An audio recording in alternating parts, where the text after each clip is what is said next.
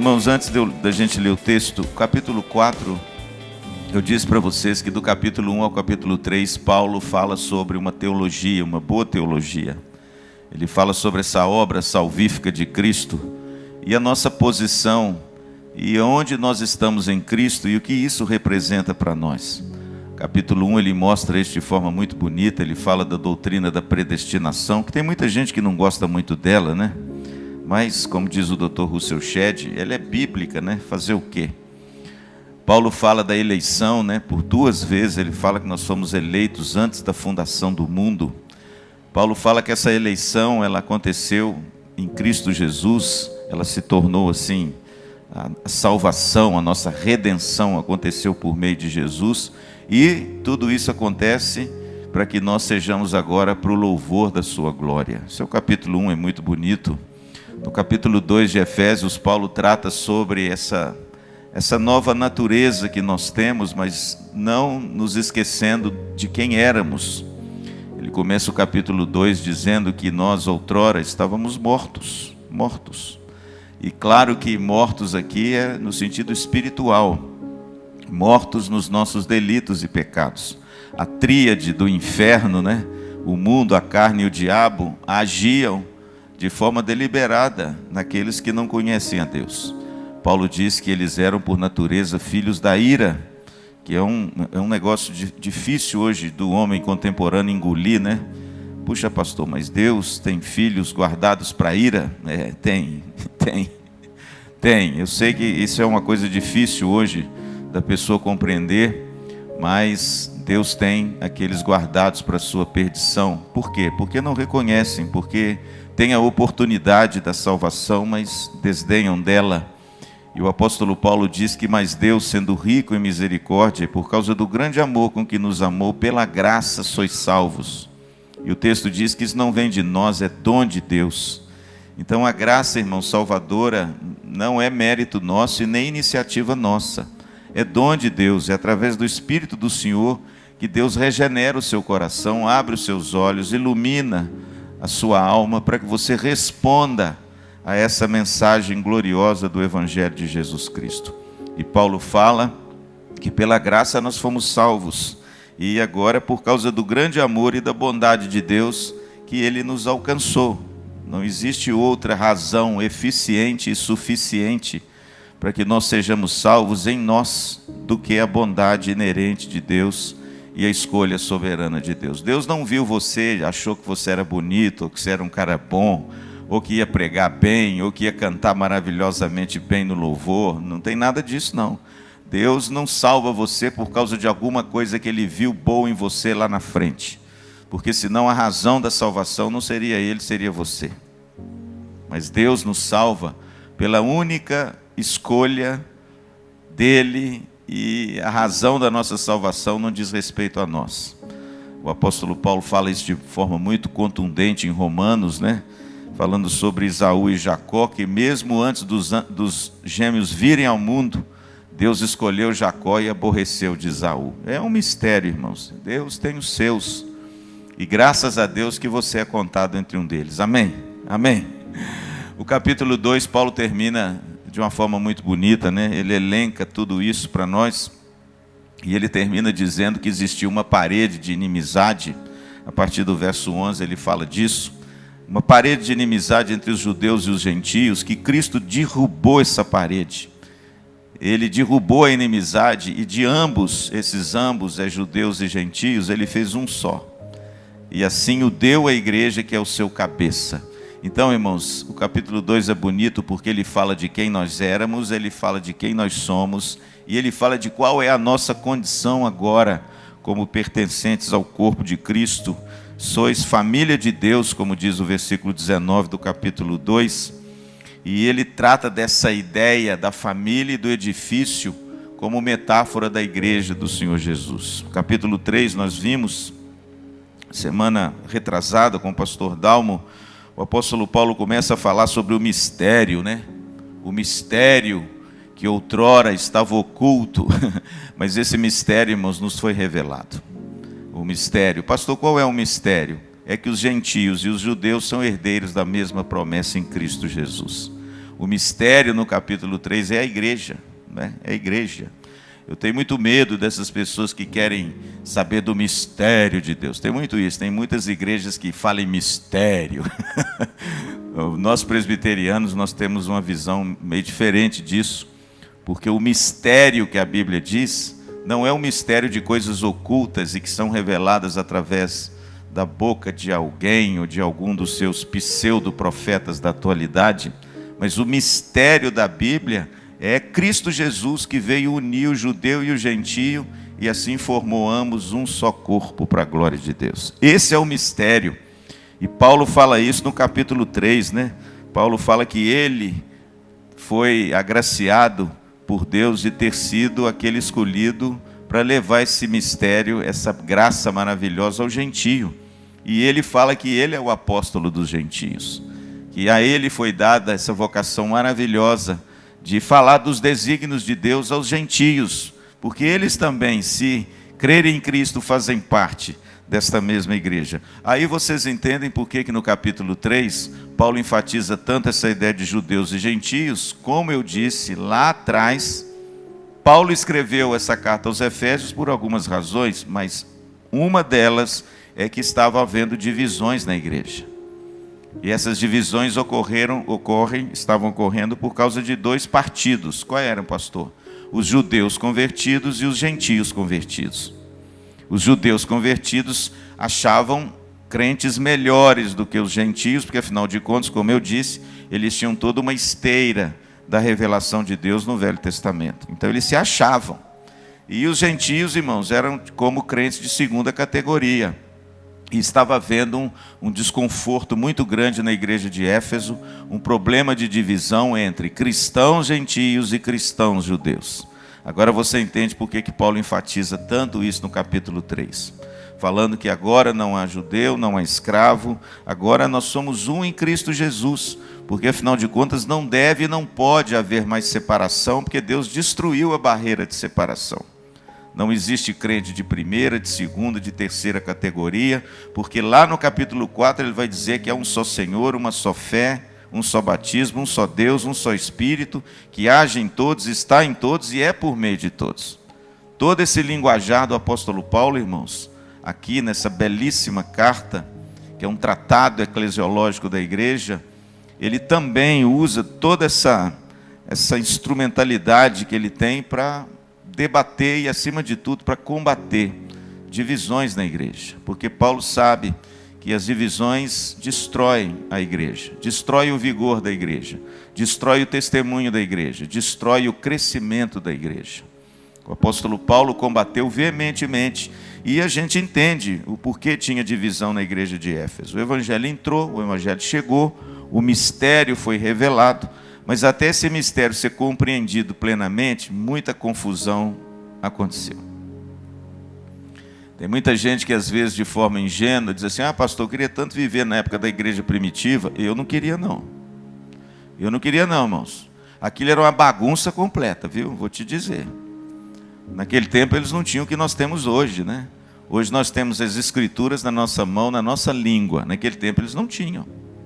Não pense que eles tinham a Bíblia, o Novo Testamento, igual a gente tinha, porque eles não tinham. Para você ter ideia, o primeiro documento que começou a rolar nas igrejas naquela época foram as cartas de Paulo, antes dos evangelhos. Você imagina a confusão. Pastor, quais foram os primeiros documentos a serem manuscritados, né? E mandado para as igrejas, à época da igreja primitiva? Foi a 1 Tessalonicenses e a carta aos Gálatas. É tido como os dois manuscritos mais antigos do Novo Testamento. Pastor, quando é que vieram escritos os evangelhos? Só depois. E aí, irmãos, muita confusão, até a pessoa conceber, perceber, vivenciar, experienciar essa nova sociedade que é a igreja. Houve muito conflito, houve muito problema. Fora a esteira da teologia que nós temos hoje, né? Hoje nós temos os evangelhos e a teologia dos evangelhos. Hoje nós temos as cartas de Paulo e a teologia das cartas de Paulo. Hoje nós temos, irmãos, um tratado maravilhoso para que você aprenda, seja instruído e não incorra e caia no erro que muitas pessoas caem porque desconhecem as Escrituras Sagradas. Então, olha, não queira viver na época da igreja primitiva não, porque, olha, naquele tempo era muito difícil. As cartas de Paulo estão aqui para testificar dessa dificuldade. Paulo escreveu as cartas às suas igrejas não é porque ele queria escrever, é porque ele precisava escrever.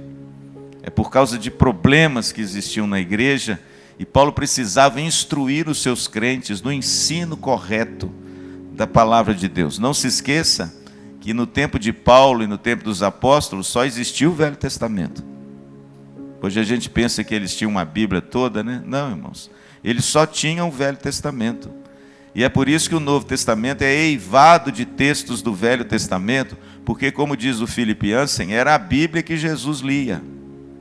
E era a Bíblia que Paulo e os apóstolos liam.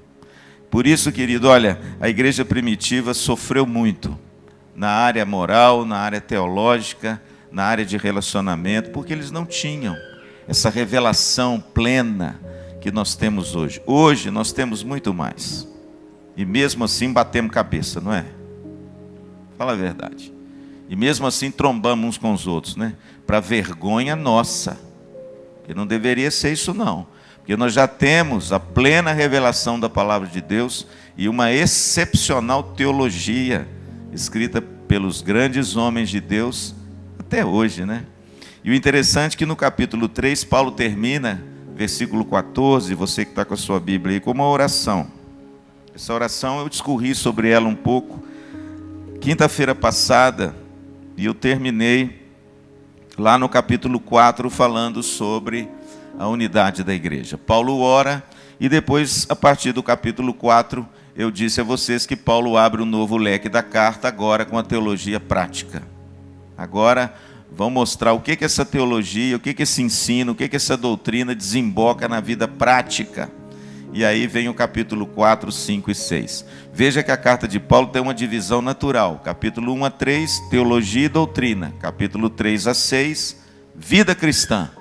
O que essa teologia agora vai fazer com isso tudo na minha vida e na sua vida? E o interessante, irmãos, que Paulo começa essa nova vida falando sobre a unidade da igreja. Olha que coisa interessante. Tendo o pano de fundo o problema da igreja. E no capítulo 4, a partir do verso 1 ao verso 6, Paulo fala dessa nova vida que nós temos que viver de forma digna do Evangelho. Manifesta aqui algumas virtudes, eu disse para vocês, a primeira delas que Paulo elenca aqui é a humildade, mas Paulo usa, irmãos, aqui algo muito importante, ele diz, preservando a unidade do Espírito no vínculo da paz. O que Paulo quer dizer é o seguinte, agora que nós temos a revelação de Cristo, agora que Ele derrubou a barreira de inimizade, agora que nós somos um só em Cristo Jesus, por favor, não quebrem essa unidade, preservem-na, porque ela foi concedida a vocês pela graça. É o Espírito Santo que concedeu a nós essa unidade maravilhosa. Isso é muito bonito. Eu, por exemplo, às vezes que eu viajei para fora do Brasil, a primeira vez que eu fui no Cairo, eu fui à visita de um casal de missionários, que eram missionários nossos lá da Betel.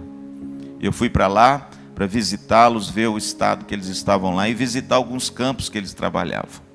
E eu fiquei assim maravilhado, irmãos, porque eu fui levado por eles a algumas igrejas. Sabia que lá na igreja do Cairo tem a igreja presbiteriana, uma das maiores igrejas presbiterianas do Oriente Médio estão no Cairo? Sabia que lá no Cairo tem a igreja dos nossos irmãos assembleanos? E o interessante é que o Becha, um cristão egípcio, me levou para pregar numa igreja da Assembleia de Deus. E foi muito bonito, irmãos, porque eu pregava em português, o outro traduzia do português para o inglês, e do inglês traduzia para o egípcio. Então o negócio não era fácil, não. Pregar assim é difícil, você tem que conjuminar bem as suas palavras até que o sujeito sai com a mensagem lá para o ouvinte. Não é fácil não, mas olha, uma coisa que me encantou foi quando eu cheguei lá na igreja e eles falaram que eu era um pastor brasileiro, como as pessoas me abraçavam, como elas me beijavam, me abraçavam, porque o oriental gosta de beijar, né? E eu nunca vi aquele povo na minha vida, nunca tive contato com eles na minha vida, mas interessante, irmãos, quando a gente vê um irmão em Cristo, parece que é da família da gente, não é? Isso é bonito demais. Sabe por quê? Por causa da unidade que nós temos no Espírito Santo. Nós temos o mesmo Espírito, a mesma fé, o mesmo Deus, o mesmo Senhor, um só batismo, uma só fé. E aí você pensa assim com o pastor, mas pastor, essas denominações, querido, denominação, viu meu pastor, na minha opinião é uma bênção. Eu não vejo problema nenhum em denominação, irmãos. Denominação é uma expressão da multiforme graça de Deus. Graças a Deus que nem todo mundo é presbiteriano. Graças a Deus que nem todo mundo é assembleano. Graças a Deus que nem todo mundo é batista, é quadrangular, aí você vai elencar aí as milhares e milhares de congregações e denominações. Graças a Deus, irmãos, sabe por quê? Porque isso é a expressão do quê? Dessa diversidade maravilhosa do corpo de Cristo, amém? Tem uns que gostam de uma coisa, outros que gostam de outra, não é? Tem uns que gostam de quiabo, outros não gostam de quiabo. Tem uns que gostam de carne bem passada, tem outros que não gostam, que gostam de carne bem ponto menos, não é assim, Willis? Ou não? Tem gente, por exemplo, que não gosta, irmãos, de tutu de feijão. Tem gente que ama tutu de feijão. Tem gente, por exemplo, que não gosta de jiló. Tem gente que ama jiló. E aí, irmãos, eu louvo a Deus, sabe por quê? Porque a igreja não é feita só da gente que ama jiló. Já pensou que tragédia que fosse? A igreja seria só de gente que ama jiló? E quem não ama jiló? Ia fazer o quê? Tinha que ir para fora da igreja, não tinha lugar para ele. Então, irmãos, olha, não fica pensando que denominação é coisa do diabo, porque eu já até ouvi isso aí. Isso para mim é um negócio que não entra no meu ouvido. Denominação é uma bênção. Sabe por quê? Porque ela mostra essa diversidade que o próprio apóstolo Paulo fala aqui no texto dele, né? Ele fala dessa diversidade maravilhosa, dessa multiforme graça de Deus, que é a igreja de Cristo. Eu louvo a Deus, irmãos, porque as denominações elas servem para que essa diversidade se mostre, sem reservas.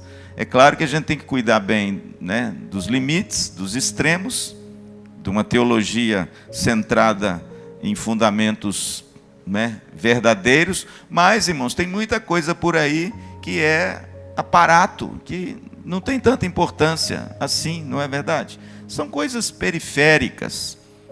Se a gente crê no mesmo fundamento, você pode vir que nós somos irmãos da mesma fé, cremos no mesmo Cristo, cremos no mesmo Deus, temos o mesmo Espírito, louvado seja Deus. E Paulo fala isso, irmãos, no capítulo 4, de forma muito bonita.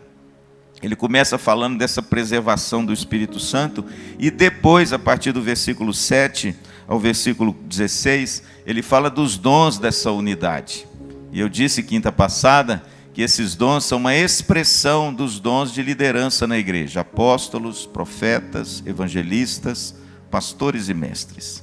Esses dons foram dados para a igreja para quê? Para edificar o corpo de Cristo, para treinar o corpo de Cristo, para equipar o corpo de Cristo, para que os santos agora sirvam a Cristo da melhor forma possível e a igreja seja edificada e todo o corpo, né? Mais uma vez no versículo 16 e 15 do capítulo 4, Paulo retorna à metáfora do corpo, todo o corpo bem ajustado, né? Bem concatenado, com auxílio de todas as juntas, de todas as partes, ele trabalha junto para o crescimento, para a edificação do reino de Deus.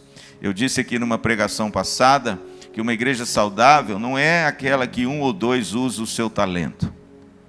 Não, isso é uma igreja doente.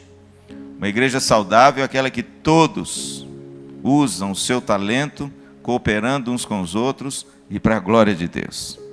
Uma igreja saudável, querida, é aquela que cada membro desse corpo, cumpre o seu papel com o dom que ele tem para a edificação da igreja do Senhor Jesus. Cada um fazendo a sua parte, cooperando uns com os outros, o crescimento que procede de Deus. E aí no versículo de número 17, entro nele agora, o verso 32, Paulo agora também muda o tom. Se no versículo de número 1 ao versículo 16 ele fala sobre a unidade da igreja, a partir do verso 17 ao 32 ele fala da pureza da igreja. Coisa bonita. A partir do verso 17, Paulo começa a tratar da ética, do comportamento e da conduta do novo homem, do novo crente, daquele que foi recriado em Cristo. E o interessante é que, em primeiro lugar, Paulo fala do contraste. Veja que no verso 17, eu vou ler agora com vocês ao 24, Paulo trata do contraste entre aqueles que temem e aqueles que não temem a Deus. Para que, pastor, Paulo está dizendo isso? Exatamente para ele mostrar o que éramos antes, quem éramos antes e o que somos agora. Mas primeiro, ele fala de algumas práticas e hábitos daqueles que não temem a Deus. Versículo 17.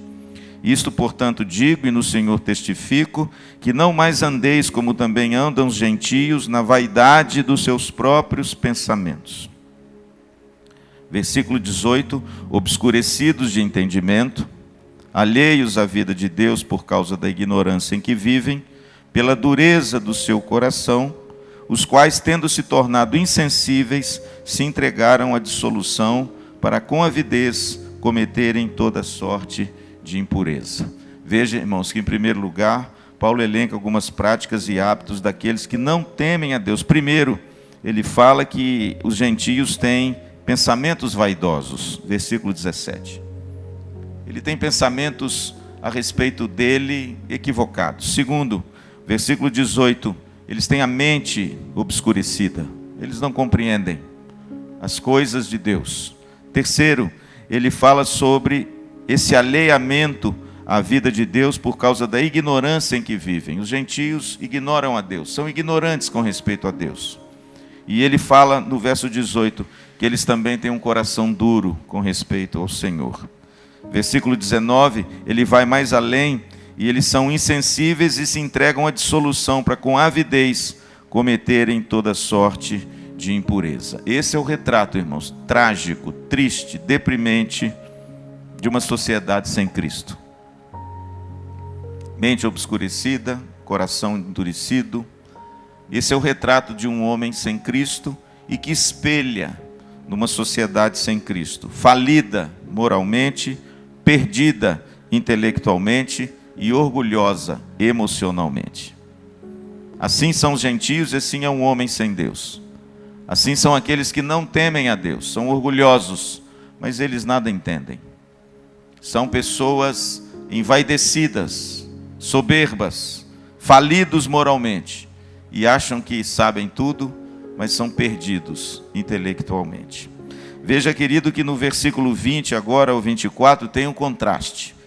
Ele contrasta agora o velho homem e o novo homem. Vamos ler?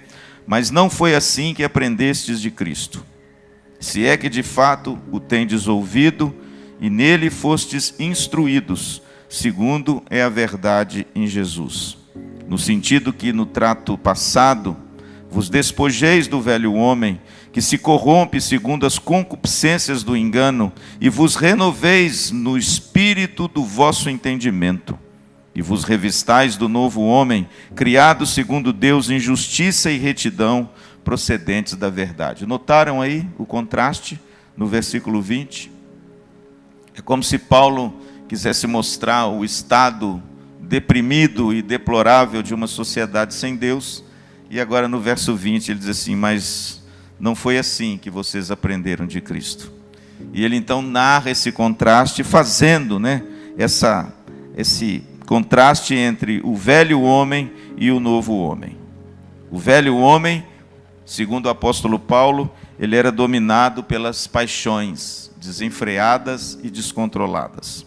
Mas o novo homem foi criado em justiça e santidade que provém de Cristo. E Paulo usa uma metáfora muito bonita aqui, irmãos. Paulo é um escritor muito inteligente, ele é um escritor que quer levar a mensagem dele através de coisas cotidianas. E ele usa esse novo homem com a nova roupa e o velho homem com a velha roupa. Ele fala que o velho homem precisa se despir, despir do velho homem. E a ideia aqui é exatamente isso, retirar a capa.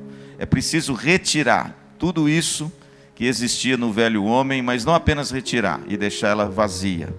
Nós temos que nos despir do velho homem, mas nos revestir. É isso que Paulo diz no novo homem. em santidade, em justiça e em retidão que provém de Cristo. Isso é muito bonito, porque a gente encontra isso, por exemplo, na parábola do filho, que é chamado de filho pródigo, mas vocês sabem que quem é pródigo ali é o pai, que é o pai que sai em busca do filho. Mas o filho mais novo, na parábola de Jesus, isso aqui mostra de forma muito clara, muito dramática, né? O filho está lá, imundo, cuidando de porcos. Porco para o judeu não podia nem ouvir falar de porco. Esse menino estava lá cuidando de porcos, imundo, sujo, e de repente o pai o avista, porque ele estando lá naquela situação deplorável, ele fala assim: vou ter com meu pai. Por que eu estou fazendo aqui? Na casa de meu pai tem tanta coisa, os trabalhadores comem e tem conforto, e olha onde que eu fui parar. E o texto diz que ele volta, e quando ele volta, a Bíblia diz que o pai o avista de longe e corre ao seu encontro. Está vendo? O pai que é o pródigo na história, é ele que sai, que se expõe à vista de todos, com aquele filho que tanta vergonha trouxe para ele, aos olhos de tanta gente daquela aldeia, né? Mas o pai não está interessado nisso, não. O pai está interessado no filho. E ele sai em busca do filho. E quando ele chega lá no filho, aquele discurso que o filho ensaia, ele não chega nem a dizer. A Bíblia diz que o pai o abraça, o beija, o leva para casa. E quando chega em casa, a Bíblia diz que o pai troca sua roupa e dá a ele vestiduras novas. Isso é bonito, irmãos, porque essa é a ideia, entende? Do apóstolo Paulo no que diz respeito ao que nós éramos antes de Cristo e agora o que nós somos em Cristo. Por isso que é impossível aquele que teve um encontro genuíno com Jesus permanecer o mesmo. Não tem jeito. Se essa nova ética não brotar no seu coração fruto do Espírito Santo, e se agora você não se inclina para as coisas justas, retas, santas, procedentes do Senhor, talvez é porque você nunca teve um encontro genuíno com Cristo. Você ainda permanece no seu estado perdido. Mesmo que você seja amigo do Evangelho, amigo dos crentes, amigo da igreja, amigo do pastor, goste das coisas de Deus, mas se o Espírito Santo não regenerou você, você continua do mesmo jeito, amando essas coisas, amando o pecado e não se incomodando em pecar.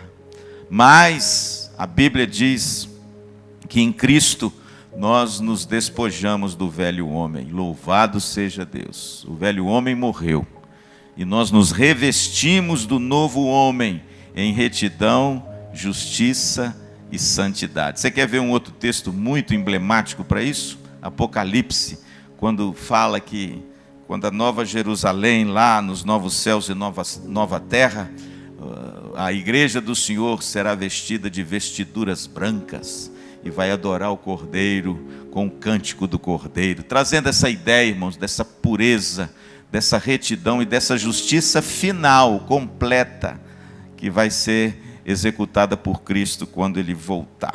Portanto, irmãos, em primeiro lugar, Paulo fala desse contraste, entende? Entre aqueles que não temem, daqueles que temem, e ele contrasta esse velho homem do novo homem, dizendo que agora nós trocamos de pele. Isso é bonito, né? Temos uma outra pele. A nossa pele não é mais a pele mal cheirosa do pecado. Nós nos revestimos do novo homem em santidade, justiça e retidão. Louvado seja Deus. E agora, irmãos, para concluir o capítulo 4, olha que bonito como Paulo ele é inteligente.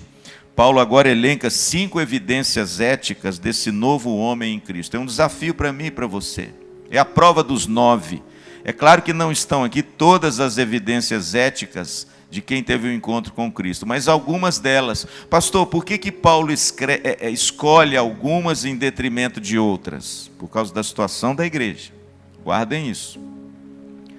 Todas as cartas servem, em última instância, para a edificação da igreja ou das igrejas que Paulo escreve. E essas igrejas, logicamente, enfrentam lutas, problemas, litígios. É preciso ser ensinada e instruída, e o apóstolo Paulo escreve com base naquilo que a igreja está vivendo naquela época. Mas, pela graça de Deus e pela instrumentalidade do Espírito, serve para mim e serve para você, em todo o tempo, né? A Bíblia não é nova e nem velha. A Bíblia é atual. É diferente. O que significa a Bíblia ser atual, pastor? Ela é eterna e ela é sempre para hoje. A Bíblia não é um livro velho. A Bíblia não é um livro novo. A Bíblia é a palavra de Deus. E como palavra de Deus, irmãos, ela é sempre atual. Portanto, ela cabe para qualquer homem, em qualquer época, em qualquer lugar, em qualquer situação. Porque Jesus mesmo disse que os céus e a terra passariam, mas as minhas palavras durariam para sempre. E é claro, irmãos, que as instruções do apóstolo Paulo são para todos nós. Você quer fazer um checklist se você nasceu de novo?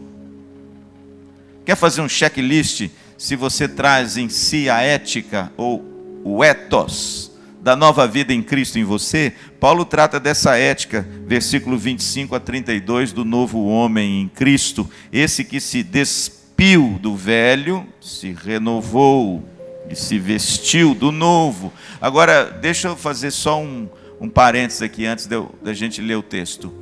Isso não significa que eu as tenha de forma perfeita. Amém? Perfeição não existe neste mundo. Nós estamos a caminho. A santificação é um processo, mas ele é um processo que tem que haver um progresso. Amém? É claro que esse progresso às vezes tem uns percalços, não tem? Tem uns bater na boca aí, não tem? Tem. Jó fez isso, põe a mão na boca, falei o que não devia. Tem, irmãos, tem percalços. Eu não vou dizer agora que nós somos perfeitos em tudo aquilo que Paulo elenca como uma ética desse novo homem. Mas isso significa, irmãos, que agora nós buscamos essas coisas de todo o nosso coração. Amém? Seu coração agora deve estar inclinado para elas. E quando você escorrega na ética do velho homem, você fica triste, não fica? Ou não? Você fica alegre? Porque se você ficar alegre, irmãos, é um outro indício que você nunca teve um encontro com Cristo. Porque aquele que tropeça e tem a consciência do tropeço, você tem que dar glória a Deus, porque é a graça de Deus que te deu essa consciência. Porque na realidade, o gentio, aquele que não teme a Deus, está obscurecido do seu entendimento. Ele não entende essas coisas. Mas nós, irmãos, pela graça de Deus, entendemos. Pastor, a partir do versículo 25 agora, quais são as 5 evidências éticas desse novo homem em Cristo? Primeira delas, verso 25, olha o que diz Paulo. Por isso, deixando a mentira, fale cada um a verdade com o seu próximo, porque somos membros uns dos outros. Note, por isso, esse por isso é uma conjunção que liga o que, pastor? Todos os versos anteriores, que ele fala que o novo homem se vestiu, não é, de justiça, santidade e retidão. O velho homem foi despojado, nós nos revestimos do novo homem. Por isso, agora tem que aparecer alguma conduta ética diferente na nossa vida. Resultado de quê? Da nossa união com Cristo. Se você um dia se uniu com Cristo, e se você hoje está unido a Ele, por isso, algumas posturas e condutas precisam fazer parte da sua vida. Primeiro delas, a primeira postura ética desse novo homem é abandonar a mentira para falar a verdade. Está aí no verso 25. Deixa a mentira e fala a verdade. No tempo de Paulo, irmãos, os homens eram muito mentirosos, né? A palavra de Deus diz isso até quando Paulo escreve a Tito, na ilha de Creta. Homens mentirosos, ventres preguiçosos. Naquela época, irmãos, a mentira era muito comum. E quando o evangelho entrou, o novo homem fez parte agora desse que era velho e se revestiu do novo. Paulo diz que agora nós precisamos deixar a mentira. O interessante é que lá no evangelho Jesus diz que o pai da mentira é o diabo. E quando a gente mente, irmãos, a gente dá lugar ao diabo. Agora o interessante é a conexão que ele fala do porquê que nós temos que falar a verdade. Olha aqui. Porque somos membros uns dos outros. Que coisa interessante. Por que Paulo usa essa conexão de sermos membros uns dos outros com a gente falar a verdade ou a mentira? Porque a mentira, irmãos, destrói a comunhão. Mentira destrói a unidade da igreja. Uma pessoa que mente não é confiável.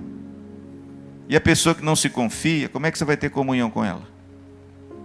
Como é que você vai se unir a ela? Como é que você vai acordar alguma coisa com ela se ela é mentirosa? Se ela fala mentira? Portanto, uma das coisas, irmãos, para se preservar a unidade na igreja, está aqui. É você abandonar a mentira e falar o quê? A verdade.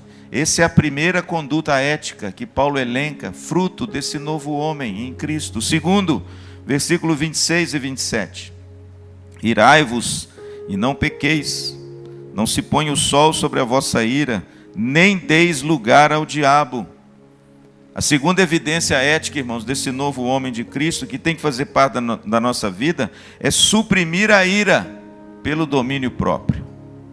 A nova versão transformadora, esse texto, irai-vos e não pequeis, não se ponha o sol sobre a vossa ira, ele traz uma ideia muito bonita do que isso quer dizer. Ele diz mais ou menos o seguinte, que tome cuidado ao irar-se, você não peque, mas suprima a sua ira, debele a sua ira, não haja de forma irada, porque você vai dar vazão ao diabo e vai pecar. É isso que o texto quer dizer. Muitas vezes o nosso sangue ferve, né? Não é o Sidney Magal não, mas às vezes o sangue ferve. Então, querido, se o nosso sangue ferve, toma cuidado para não agir com o sangue fervido. É isso que o texto está dizendo. Irai-vos, mas não pequeis. O que significa isso? Quando você se irar com alguma coisa, aprenda a dominar a sua ira. Aprenda a manter a sua ira dentro de um arcabouço, de alguma forma plausível, que você não deixe que essa ira faça com que você peque. Por quê? Porque fazendo isso é dar lugar ao diabo. Portanto, querido, essa já é a segunda evidência ética do novo homem. O interessante é que eu coloquei aqui que nós devemos suprimir a ira pelo domínio próprio. Por quê? Porque lá em Gálatas 5, o domínio próprio é um fruto do Espírito. É o Espírito Santo, irmãos, que nos capacita a dominar a ira. A de repente ficar irado, mas sei lá, conta até 10. Entende? Respira fundo, toma um banho frio. Dá 3 pulinhos. Dá um grito no quintal de sua casa. Faz alguma coisa. Se você não consegue segurar essa ira, dê alguma coisa plausível para você acalmar a sua ira, para que você não peque e não dê lugar ao diabo. Quantas vezes, irmãos, eu e você já ferimos as pessoas porque nós falamos o que não deveríamos na hora da ira, né? Sei da família, dentro de casa, acontece uma coisa assim que a gente não gosta, a pessoa fica irada, e aí perde as estribeiras, irmãos, começa a falar o que não deve, começa a acusar os outros, começa a afrontar as pessoas, começa a extravasar a sua ira na pessoa que está do lado, e fere as pessoas, machucam as pessoas, maltratam as pessoas. Sabe por quê? Porque está fora de si. Mas isso, irmãos, não deve acontecer conosco. Eu não estou dizendo que a gente não se ire. Sabe por quê? Porque o próprio Deus tem a sua ira. Sabia? Deus se ira contra o pecado. Mas Deus é santo, irmãos. A justiça de Deus e a santidade de Deus, elas colocam a ira de Deus no lugar certinho. Ou seja, Ele se ira, mas Ele aplica a sua justiça da forma correta. Agora preste atenção, viu? Só Ele faz isso. Nós não. É por isso que nós temos que tomar muito cuidado com esses rompantes que muitos de nós temos de ira. E aí a gente não conseguir dominar essa ira, e a gente vai peca, destrói a unidade da igreja e o relacionamento, porque nós não conseguimos dominar a nossa ira. É por isso que o texto diz: não se ponha o sol sobre a vossa ira, domine a sua ira. Não deixe que ela faça você pecar contra o seu irmão.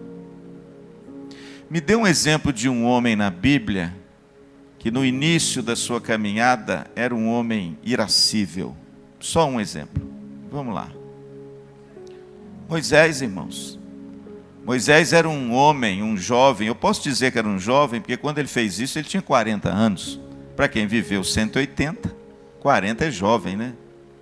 A Bíblia diz que certa feita, Moisés saiu do palácio e ele viu um egípcio espancar um dos hebreus. O texto diz que ele matou esse egípcio e enterrou esse egípcio na areia com as próprias mãos. Ele ficou tão irado, irmãos, que ele fez um troço que era inadmissível ele fazer na época. E eu vou dizer uma coisa: por causa desse gesto, ele ficou 40 anos pastoreando as ovelhas do seu sogro. Por que você acha que Moisés teve que fugir e passar 40 anos no deserto, até a sarça arder e Deus o chamar? Porque lá em Êxodo, quando Moisés sai com o povo da terra prometida, e quando o povo desanda a reclamar, a murmurar, a fazer contendas contra ele, pedindo para voltar, esse Moisés que nos tirou da terra do Egito, ele precisava, irmãos, ter uma têmpera diferente. E por algumas vezes ele quis ali trazer à tona o velho homem. Mas Moisés, irmãos, como diz o livro de Êxodo, naquela época, olha o que diz o texto: ele era um homem mais manso sobre a terra. Cuidado, querido, para você não se esconder atrás de uma herança familiar, para dar vazão à sua ira e machucar os outros, e usar essa herança como desculpa. Você agora é um filho de Deus, amém? Você agora se revestiu do novo homem.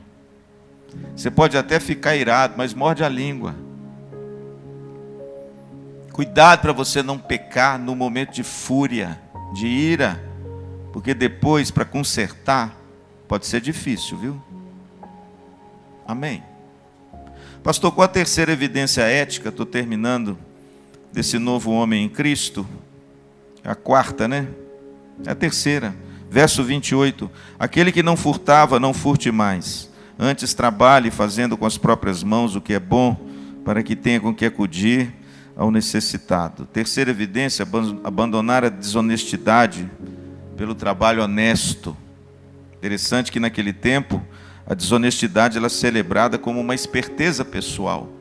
Naquele tempo, no tempo do apóstolo Paulo, o sujeito esperto era aquele que de alguma forma usava de desonestidade. Esse é que era o cara. E infelizmente o Brasil cumulou essa nefasta ideia durante muitos anos, né?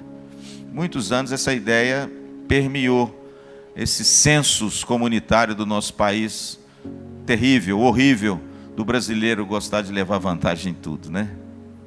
É exatamente isso que narrava e que graçava aquela época do apóstolo Paulo. Os homens tinham prazer em roubar, em usurpar e enganar as pessoas. Aí entra o Evangelho. O Evangelho entra com a sua ética do trabalho. E aí o apóstolo Paulo diz que essa é uma grande evidência desse novo homem. Abandonar a desonestidade pelo trabalho honesto. E o trabalho honesto aqui, Paulo diz que ele serve para duas coisas muito abençoadas. Primeiro, a Bíblia diz: fazendo com as próprias mãos o que é bom, para que tenha com que acudir ao necessitado. O trabalho, irmãos, é uma bênção, sabe por quê? Porque você angaria frutos do seu trabalho e da sua família, mas você vai além também, você tem com que acudir aquela pessoa que sofre e necessita e está perto de você. Portanto, essa é uma grande ética do Evangelho. A quarta, versículo 29, não saia da vossa boca nenhuma palavra torpe, e sim unicamente a que for boa para edificação, conforme a necessidade, e assim transmita graça às que ouvem.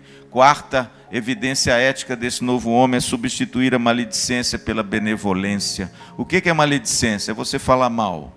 O que é benevolência? É você falar as coisas que edificam. Paulo diz: não saia da vossa boca nenhuma palavra torpe, a palavra suja, a palavra mal cheirosa. Essa palavra torpe, o pastor Luciano já disse ela várias vezes aqui. Ela é a palavra usada para os peixes que exalavam aquele cheiro no mercado. Torpe, aquele mau cheiro, aquela sujeira que graçava no mercado, por exemplo, de Corinto. Paulo usa essa palavra para dizer que nós não podemos mais usar esse tipo de linguagem. A nossa boca tem que ser purificada. Substituir a maledicência. Tiago fala muito sobre isso no capítulo 3, o poder da língua. Agora, irmãos, nós temos que dominar o Espírito Santo, dominar a nossa língua, para que a gente não diga palavras que vão destruir, denegrir, macular, machucar as pessoas. Nós temos que tomar muito cuidado com isso. Nossa língua tem que ser usada para abençoar, para edificar. O texto diz: conforme a necessidade. Quem fala demais dá bom dia a cavalo, não tem um ditado que fala isso? Conforme a necessidade, ou seja, fale o que é necessário e fale, versículo 29, aquilo que transmita graça e edifique as pessoas. É muito melhor falar menos e falar certo do que falar muito e falar errado. Tiago diz que nós receberemos muito mais juízo. Por quê? Porque nós falamos muito, né? Tiago fala isso no capítulo 3. Nós receberemos o maior juízo, por isso nós temos que controlar muito a nossa língua, porque nós, pregadores, falamos muito.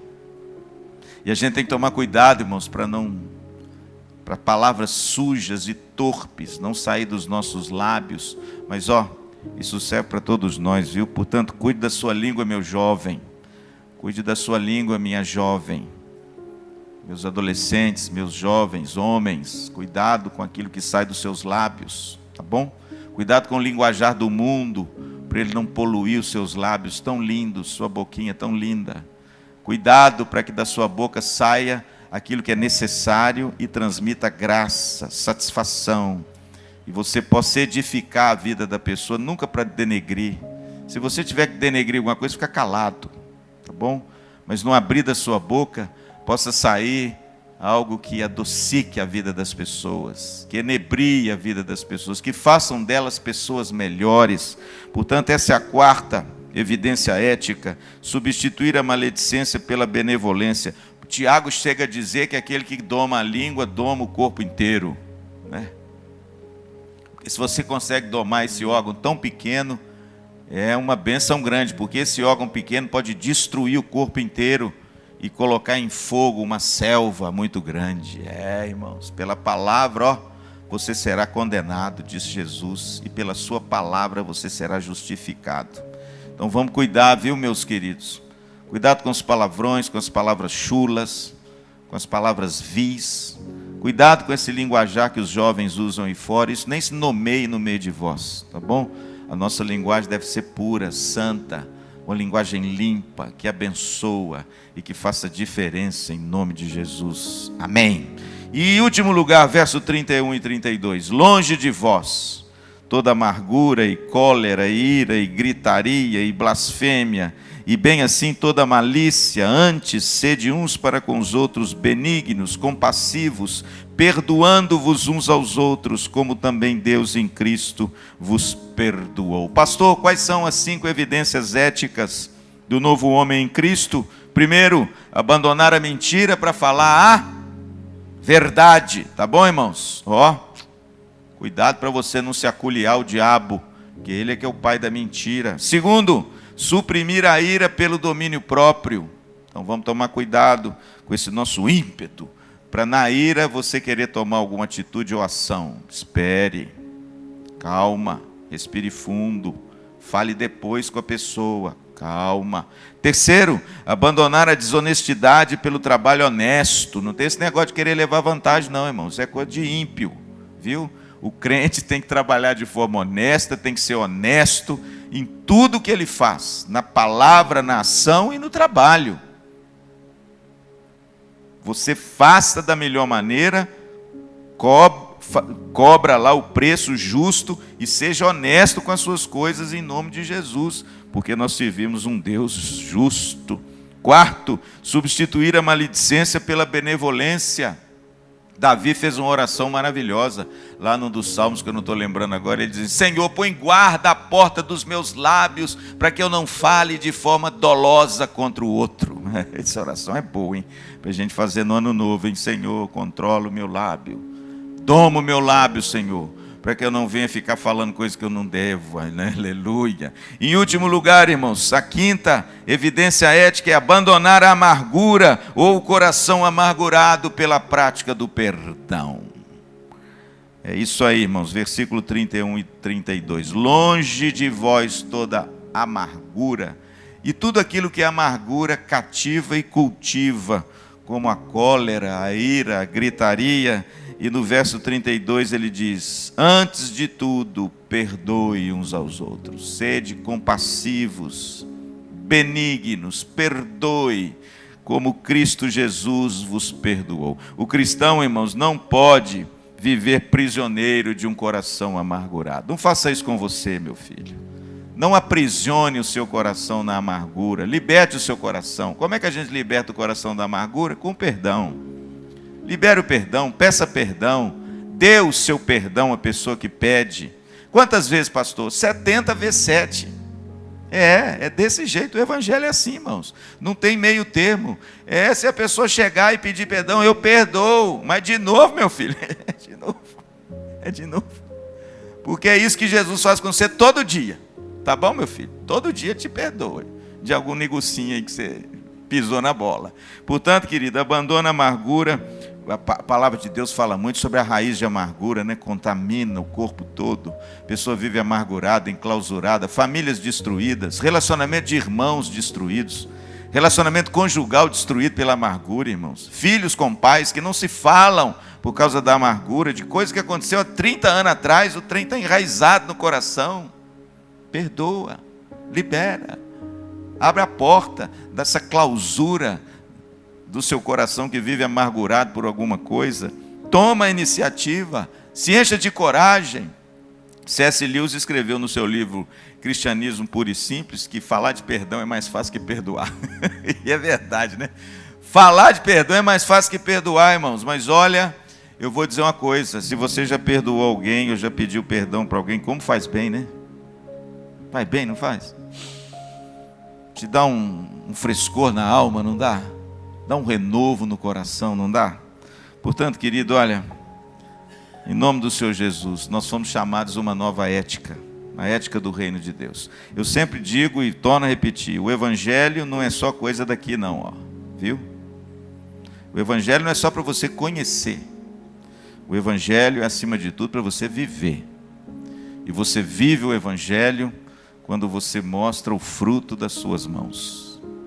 E esse fruto é a ética que você agora vive e professa, como um novo homem, revestindo-se de justiça, santidade e retidão. É isso que Jesus espera de nós. Esse é o testemunho que Jesus quer que você brilhe lá no mundo, em Mateus 5,18. Assim brilhe a vossa luz diante dos homens, para que eles vejam as vossas boas obras e glorifiquem ao Pai que está no céu.